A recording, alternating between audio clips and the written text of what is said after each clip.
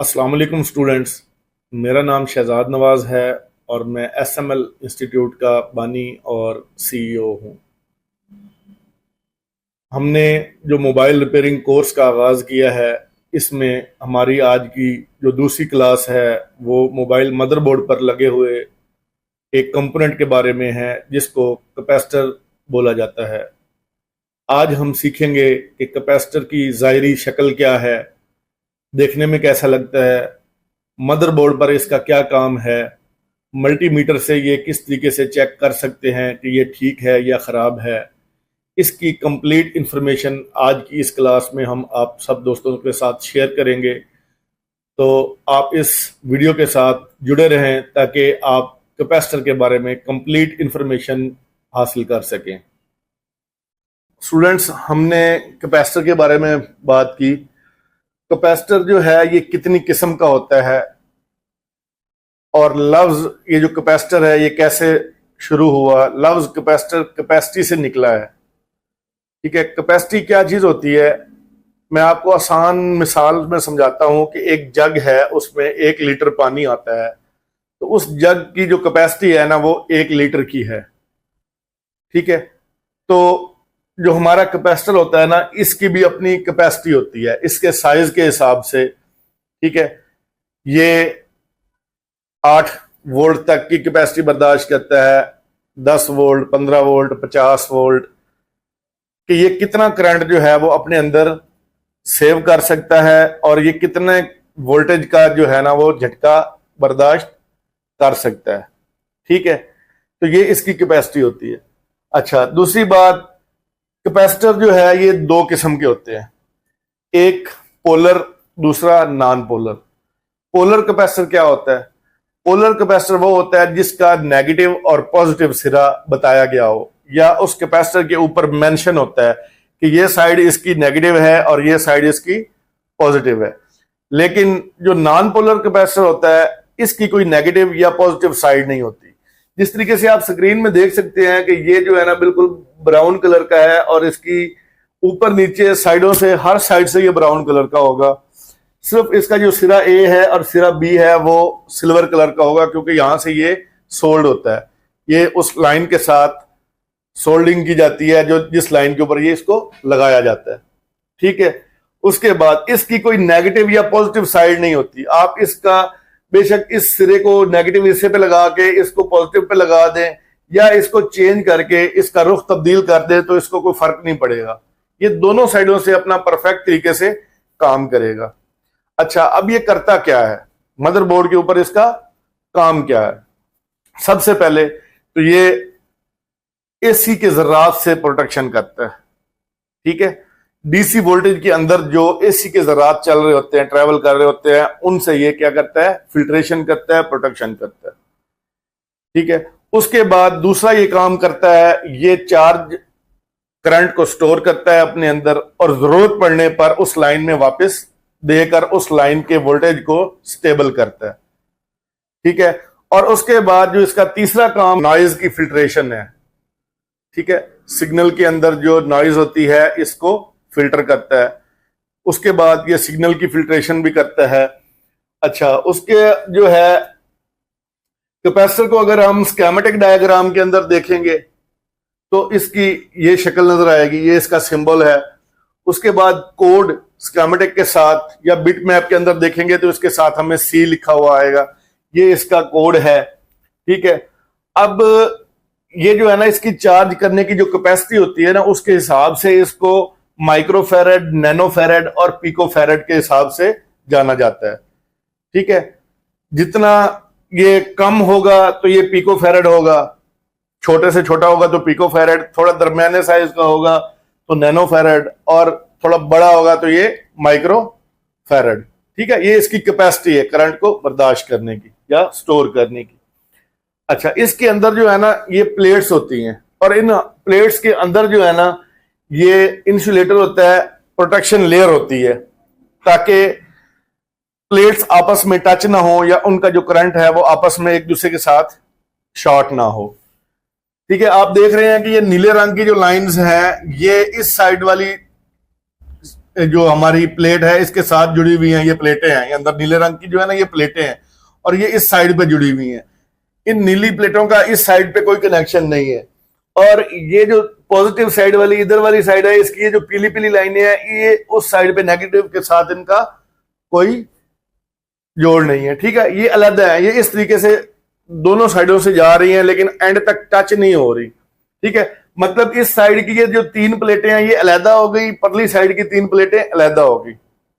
अब इसको चाहे आप ये देखिए, हमने ये जमा का जो यहाँ पे साथ में निशान लगाया है ना, ये सिर्फ वक्ती तौर पे समझाने के लिए लगाया है। ये नॉन पोलर कैपेसिटर का इंटरनल तस्वीर है, इसको आपने ये नहीं देखना कि इसके ऊपर तो नेगेटिव और पॉजिटिव लिखा हुआ है तो ये नॉन पोलर नहीं है, ये पोलर है, नहीं, ये हमने वक्ती तौर पे लिखा है ताकि आपको चीजें समझ आ जाए कि अगर हमने इसको इधर पॉजिटिव साइड पे लगाया है तो ये इस साइड वाली ये जो ब्राउन प्लेटें हैं ये सिर्फ पॉजिटिव चार्ज अपने अंदर स्टोर करेंगी, और ये जो नीले रंग की हैं ये सिर्फ नेगेटिव चार्ज स्टोर करेंगी। ठीक है, जब हम इस कैपेसिटर को उल्टा देंगे तो अब क्या होगा कि जो नीले रंग वाली जब इस साइड पे आ जाएंगी तो वो नीले रंग वाली पॉजिटिव चार्ज को स्टोर करना शुरू कर देंगी, और ये ब्राउन वाली जो है ये उधर चली जाएंगी और ये नेगेटिव चार्ज को स्टोर करना शुरू कर देंगी। ठीक है, कैपेसिटर जो है ये नेगेटिव चार्ज को भी स्टोर करता है, पॉजिटिव चार्ज को भी स्टोर करता है। ठीक है, ताकि बवक्ते जरूरत जब उस लाइन के अंदर वोल्टेज कम हो या उसमें वेरिएशन हो तो ये कैपेसिटर के अंदर जो करंट स्टोर खड़ा होता है ये उस लाइन में जाके उसको स्टेबल करता है। अच्छा, उसके बाद अगली ये जिस तरीके से मैंने अभी आपको बताया है कि ये नॉन पोलर कैपेसिटर जो है डीसी वोल्टेज में से एसी वोल्टेज की फिल्ट्रेशन करता है। ठीक है, चार्ज और डिस्चार्ज होता है, वोल्टेज को स्टेबल करता है और फ्रीक्वेंसी की फिल्ट्रेशन करता है। ठीक है, अच्छा, अभी हम जो जा रहे हैं वो इस तरीके से जो है ना इसको आगे चलेंगे, मैं आपको दिखाऊंगा कि ये डीसी वोल्टेज में से एसी वोल्टेज की किस तरीके से फिल्ट्रेशन होती है। ये देखिए, हमने एक सर्किट बनाया है, इस सर्किट के अंदर 5 वोल्ट डीसी जो है ना वो ट्रेवल कर रहे हैं, जिसने लोड पर जाना है और लोड से होकर वापस नेगेटिव साइड पे पहुंचेगा। लेकिन इस डीसी के साथ देख लें ये छोटा एसी का जर्रा भी है। ठीक है, इसको हम एसी के जर्रात बोलते हैं, एसी का कचरा बोलते हैं, एसी पल्सेस बोलते हैं। ठीक है, ये एसी पल्सेस जैसे ही इस कैपेसिटर के ऊपर पहुंचेगी तो ये कैपेसिटर पैरेलल लगा हुआ है, ये एसी यहां से क्या हो जाएगा, फौरन ग्राउंड हो जाएगा नीचे, और प्योर डीसी वोल्टेज जो है वो हमारे लोड पर पहुंचेगा। दूसरा अमल जो हमने देखा है वो इसका काम था चार्ज और डिस्चार्ज होना, वोल्टेज स्टोर करके स्टेबल करना। अब ये देखें, ये कैपेसिटर अपनी दोनों साइडों से अपने वोल्टेज को, नेगेटिव वोल्टेज को भी स्टोर कर रहा है, पॉजिटिव को भी स्टोर कर रहा है, और बवक्ते जरूरत जो है वो अपनी लाइन में देगा। जब अगर इस पीछे बैकअप अगर हमारा यहाँ पे 4.2 वोल्टेज आ रहा है, कभी ऐसा होता है कि यहाँ पे 4.2 की बजाय 3.9 आ जाता है, और यहाँ पर हमें स्टेबल चाहिए 4 वोल्ट पूरा चाहिए, या 4.1 चाहिए, या 4.2 चाहिए, तो इस कैपेसिटर के अंदर जो करंट स्टोर था वो करंट इसके लाइन के अंदर ट्रेवल करेगा और इसको मेंटेन करेगा, इसके 4 वोल्ट को।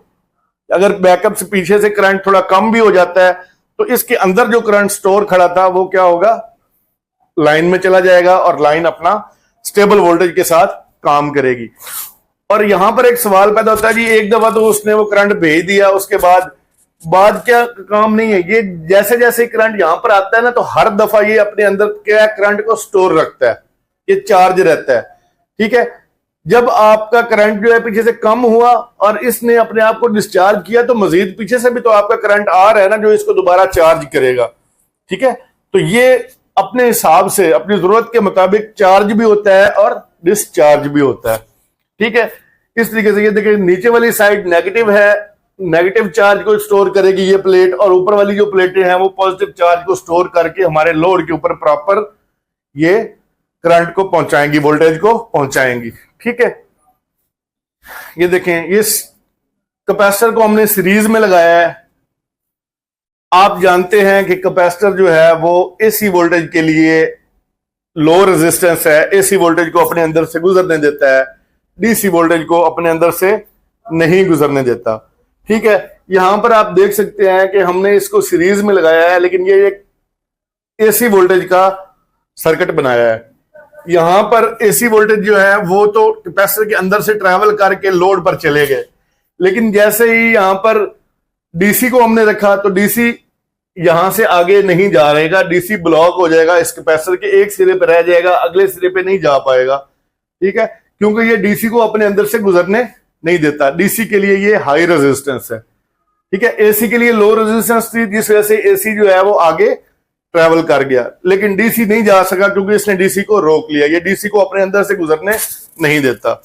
ठीक है, तो ये सीरीज में कैपेसिटर जो है ना, अगर एसी का सर्किट है तो उसमें ये डीसी को आगे नहीं जाने देगा, सिर्फ एसी को आगे जाने देगा।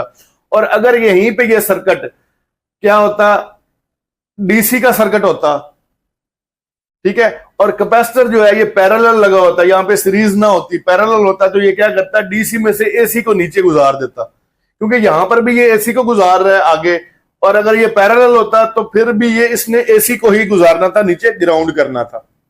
ठीक है, अच्छा, अगली चीज जो है हमारी कैपेसिटर की, वो हमने देखनी है कि फ्रीक्वेंसी की फिल्ट्रेशन। अच्छा, ये देखें, यहां पर हमने एक साइड पे 10 वोल्ट डीसी दिया है जो कैपेसिटर के अंदर से पास नहीं हुआ, दूसरी साइड पे हमें 0 वोल्ट डीसी मिला है, क्योंकि कैपेसिटर डीसी के लिए हाई रेजिस्टेंस है। अच्छा, अभी हमने क्या काम किया है, हमने 10 वोल्ट एसी दिए हैं, 10 वोल्ट एसी दिए हैं, और उसकी जो फ्रीक्वेंसी हमने रखी है वो 50 हर्ट्ज रखी है। तो कैपेसिटर के अंदर से आधा वोल्टेज ट्रेवल कर गया आगे, थोड़ी कमजोर फ्रीक्वेंसी थी, इस वजह से यहां पर क्या हुआ है, 5 वोल्ट ही ट्रेवल किए हैं।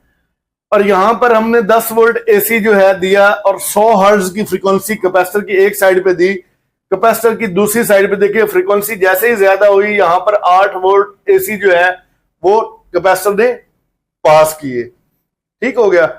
अब यहां पर ये दूसरा देख सकते हैं कि 900, 1800 और 2100, ये 3 फ्रीक्वेंसियां खड़ी हैं कैपेसिटर की एक सिरे पे, दूसरे सिरे पे जानी है। तो कैपेसिटर किसको पास करता है, हाई फ्रीक्वेंसी को, एसी फ्रीक्वेंसी को। ठीक है, तो ये देख सकते हैं कि 900 की जो फ्रीक्वेंसी है वो रुक गई है डीसी, क्योंकि ये थोड़ी थी, डीसी की फ्रीक्वेंसी कम होती है, ये यहां पर रुक गई है। ठीक है, और हाई फ्रीक्वेंसी जो थी 1800 और 2100, ये कैपेसिटर की परली साइड पे पार हो गई है। क्योंकि आप जानते हैं कि कैपेसिटर जो है एसी वोल्टेज को पास करता है, एसी फ्रीक्वेंसी को पास करता है, डीसी को पास नहीं करता। ठीक है, इस वजह से हाई फ्रीक्वेंसी जो है वो पास हुई है और लो फ्रीक्वेंसी जो है वो पास नहीं हुई। ठीक है, तो ये चीज थी फ्रीक्वेंसी की फिल्ट्रेशन। इसका कैपेसिटर का वो क्लोज हो गया है। हमने उम्मीद है कि इसके बारे में सारी चीजें वो आपके साथ शेयर की हैं। कैपेसिटर का काम क्या है, कैपेसिटर की ज़ाहिरी शक्ल क्या है, ये किस तरीके से काम करता है और क्या क्या काम करता है। ठीक है, मैं एक दफा फिर आपको रिपीट करवा दूं, कैपेसिटर जो है वो एसी वोल्टेज के लिए लो रेजिस्टेंस और डीसी वोल्टेज के लिए हाई रेजिस्टेंस, मतलब डीसी वोल्टेज को अपने अंदर से नहीं गुजरने देता और एसी वोल्टेज को अपने अंदर से आसानी से गुजरने देता है। दूसरा काम, वोल्टेज को स्टेबल करता है, स्मूथ करता है। तीसरा काम, फ्रीक्वेंसी की फिल्टर करता है और एसी के जर्रात से प्रोटेक्शन करता है। ठीक है, ये कैपेसिटर का काम है। मल्टीमीटर से भी चेक करने का आपको प्रॉपर तरीका बताया है। हमने कैपेसिटर के बारे में पढ़ा, समझा। अब हम इसकी जाहिरी शक्ल को देखेंगे कि इसकी जाहिरी शक्ल क्या है, मदरबोर्ड पर ये देखने में कैसा लगता है। उसके बाद हम ये देखेंगे कि जो है मल्टीमीटर से हम कैपेसिटर को किस तरीके से चेक कर सकते हैं कि कैपेसिटर ठीक है या खराब है, पैरेलल लगा हुआ है या सीरीज में लगा हुआ है। ठीक है, तो ये चीजें जो है हम अब चेक करते हैं। तो उसके लिए हमें माइक्रोस्कोप की जरूरत है। हम मदरबोर्ड को जो है माइक्रोस्कोप के बिल्कुल नीचे रखते हैं। सबसे पहले आपने देखना है कि ये पावर आईसी के बिल्कुल पास कॉइल के साथ ये जो है ना ब्राउन कलर के 2 ये जो पार्ट लगे हुए हैं, ये कैपेसिटर है। ठीक है, ये ब्राउन कलर होता है, डार्क ब्राउन कलर भी होता है और वाइट कलर में भी मिलते हैं। ठीक है, ये इसकी जाहिरी शक्ल है। ठीक है, ये देखें। इसके बाद हम इसको मल्टीमीटर से कैसे चेक कर सकते हैं। मल्टीमीटर से कैसे चेक कर सकते हैं, ये हमने देखना है कि ये कैपेसिटर ठीक है या खराब है, सीरीज में लगा हुआ है या पैरेलल लगा हुआ है, तो ये हम देखेंगे। आपको पता है कूल टेस्टिंग करते हुए हमेशा जो है हमें मल्टीमीटर को बीप बजर मोड पे सेट करना होता है और उसके बाद हम अपनी लाल वायर को ग्राउंड करते हैं। ठीक है, ग्राउंड क्या होता है? ग्राउंड, ये लोहे की जितनी पत्तियां हैं ये ग्राउंड है। ग्राउंड आपको पूरे बोर्ड के ऊपर तकरीबन हर जगह पर मिल जाता है। तो हम अपनी जो है लाल वायर, इसको क्या करेंगे, ग्राउंड के ऊपर रखेंगे और अपनी ब्लैक वायर से हम जो है ना इस कैपेसिटर को चेक करेंगे।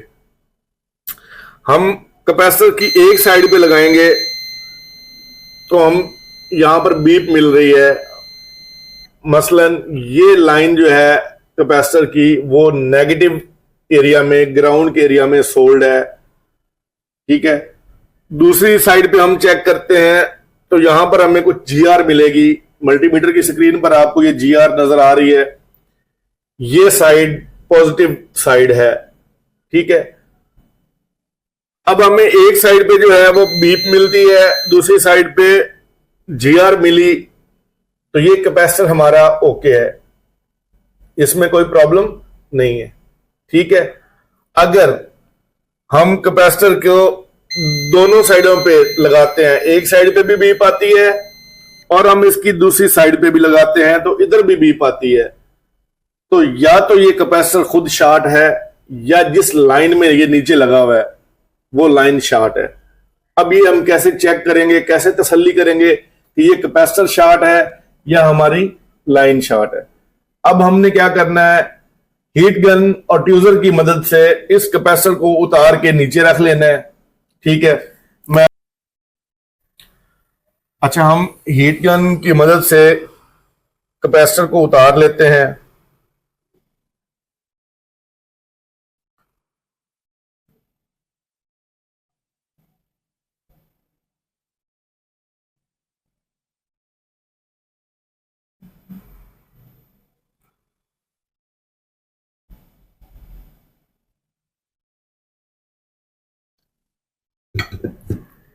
ये देखें, ये कैपेसिटर हमने उतार लिया है और उतार कर हमने इसको पावर आईसी के सीपीयू के ऊपर रख लिया है ताकि हम इसको चेक कर सके। ठीक है, कैपेसिटर हमने उतार लिया था। ठीक है, उतारने के बाद हमने मल्टीमीटर को सेम बीप बजर मोड पर ही रहने देना है। मल्टीमीटर की दोनों वायर को क्या करना है, हमने इस तरीके से कैपेसिटर के दोनों सिरों के ऊपर टच करना है। ठीक है, अगर हमें मल्टीमीटर की स्क्रीन पर कोई रीडिंग शो नहीं होती तो हमारा कैपेसिटर ओके है। अगर मल्टीमीटर की स्क्रीन के ऊपर हमें कोई रीडिंग शो हो जाती है तो हमारा कैपेसिटर लीक है। और अगर हम इस तरीके से कैपेसिटर के दोनों सिरों के ऊपर टच करते हैं और बीप की आवाज आ जाती है, बीप की आवाज आती है तो ये कैपेसिटर क्या है, शॉर्ट है। ठीक है, अगर कोई रीडिंग नहीं आती तो कैपेसिटर ओके है, रीडिंग आ जाती है कैपेसिटर लीक है। अगर घंटी की आवाज आती है, बीप की आवाज आती है, कैपेसिटर शॉर्ट है। ये तो कैपेसिटर को चेक करने का तरीका हो गया। अब रही बात हमारी वो लाइन की, अगर हमारा कैपेसिटर ओके है तो 110% हमारी वो लाइन जो है वो शॉर्ट होगी। अब वो लाइन खुद शॉर्ट है या उस लाइन में लगा हुआ कोई और पैरेलल कैपेसिटर शॉर्ट है, ये हमें चेक करने की जरूरत होगी। तो हम इस तरीके से अपने हर कैपेसिटर को चेक कर सकते हैं कि क्या हमारा कैपेसिटर ओके है या शॉर्ट है। ठीक हो गया, ये थी हमारी मल्टीमीटर के साथ कैपेसिटर को चेक करने का तरीका। ठीक है, इसके बाद हम जो है कैपेसिटर के बारे में जो है ना आगे देखते हैं। हमने जो कैपेसिटर है इसको पैरेलल पोजीशन में चेक करने का तरीका देखा है। अब हम मल्टीमीटर से सीरीज में लगे हुए जो कैपेसिटर है ना इसको देखेंगे कि वो किस तरीके से चेक होता है। तो सेम हमने रेड वायर को ग्राउंड कर देना है। ठीक है, और जो है कैपेसिटर के एक सिरे के ऊपर अगर हम लगाएंगे अपनी ब्लैक वायर, तो यहाँ पर हमें रीडिंग मिलनी चाहिए, और अगर हम इसके दूसरे सिरे पर भी लगाते हैं तो यहाँ पर भी हमें रीडिंग मिलनी चाहिए। ठीक है, ये मदरबोर्ड के ऊपर लगा हुआ कैपेसिटर है और इसके दोनों सिरों के ऊपर हमें रीडिंग मिल रही है। मसलन एक साइड पर भी हमने लगाई तो रीडिंग मिली, और दूसरी साइड पे भी हमने लगाई तो रीडिंग मिली। ठीक है, इसी तरीके से इसके साथ का कैपेसिटर देख लेते हैं। इसकी भी एक साइड पे रीडिंग आ रही है और दूसरी साइड पे भी रीडिंग आ रही है। तो ये कैपेसिटर जो है वो सीरीज में लगे हुए हैं, इस वजह से इसकी दोनों साइडों पे रीडिंग आती है।